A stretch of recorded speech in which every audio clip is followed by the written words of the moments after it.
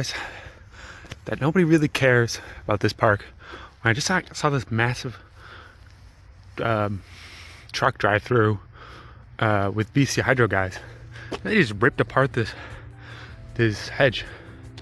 And so I thought I'd do something myself. And it just kind of gave me an idea to take out the blackberries. So this is the area.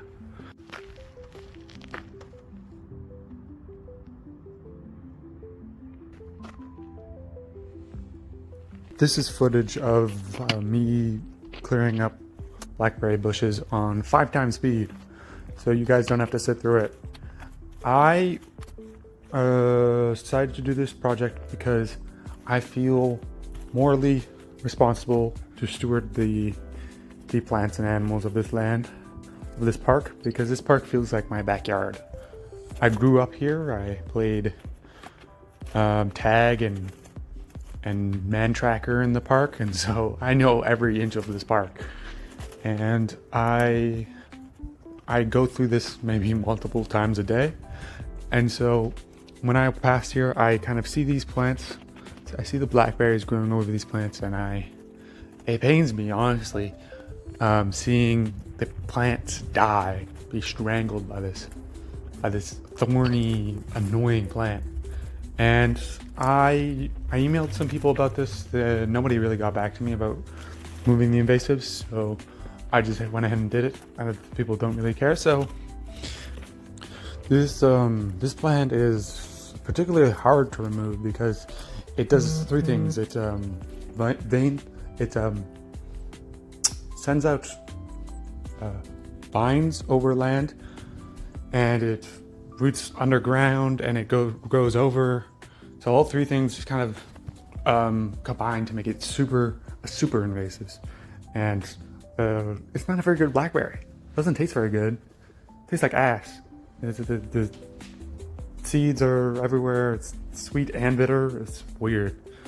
So I don't think it has very much food value, and most of it doesn't get picked anyways. So I think these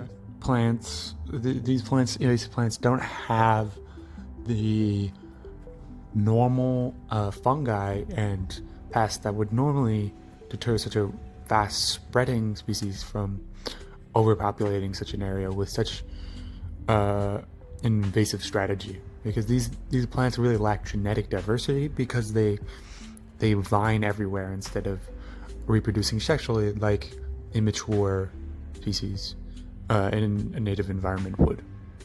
So the natives are more resilient to climate change because of their sexual reproduction. This is the what's left of what I pulled. Here's what it looks like. The bushes look like now. There was really bushes popping all the way up here. You can see over here I found a little snail guy, so let's let him down. I've got to be careful with these leaves now because I know that there's other snails. I'm gonna take all of this out and then I'll get back to you. Here are the finished results. Here you see a couple of trimmings, and we have all the native plants. See, there's some stems coming up, but I'm just gonna come back here and trim them down if they ever grow back up again. There's some damage, and there's still the invasive ivy, but I think it looks a lot healthier now. This is kind of the main focal point where a lot of the stuff was, and it's looking a lot clearer. So these native bramble right here can thrive, and so these bushes over here can hopefully grow back in. There's a number of trees also growing up here. This big tree, big guy, and this one. So hopefully this area will look better in the future.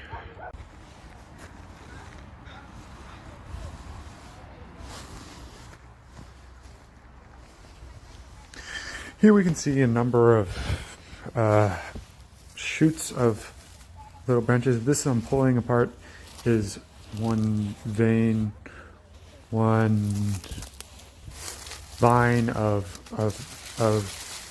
blackberry. Pretty easy to pull apart, but it really shoots out, and it's what first colonizes. And then we see these little tiny bushes sticking out. These have just grown out from the ground. You can see kind of underground stems if you pull these out, and they grow laterally. This right in front of us over here is an osuberry. It's a native species. So here you can see native species do grow, and they grow quite well when they're in the right conditions. But you still see the blackberry growing over top and around of it. So that's why I want to remove this area. I'm going to remove this area later. Oh, this is, I think, a little bit of a rhododendron. Might be invasives, I'm not sure. And here we have kind of a diseased plant. You can see some of it has died out. Some of this blackberry, I think, is a fungal infection, and which is good news, because these plants are normally limited by fungal infections, but here outside of their native range, they can grow wildly. So I wonder if I should spread this fungal infection. Generally speaking, adding fungal diseases and mites from normal ranges is usually the best way to deal with invasives. So how should we, in the future, manage adding these fungal infections and mites to deter these invasives? Because they're honestly everywhere, and it's not worth it for me or anyone to put the effort to remove big brambles of blackberry bushes or ivy. And so who should manage that? How do you do that? How do we get that knowledge of what fungal infections, what mites to add to that particular species, particularly genus? And yeah, I think it's a really interesting topic that should be further researched to protect our plants, our community, our cultural heritage, and the economic value of our forests.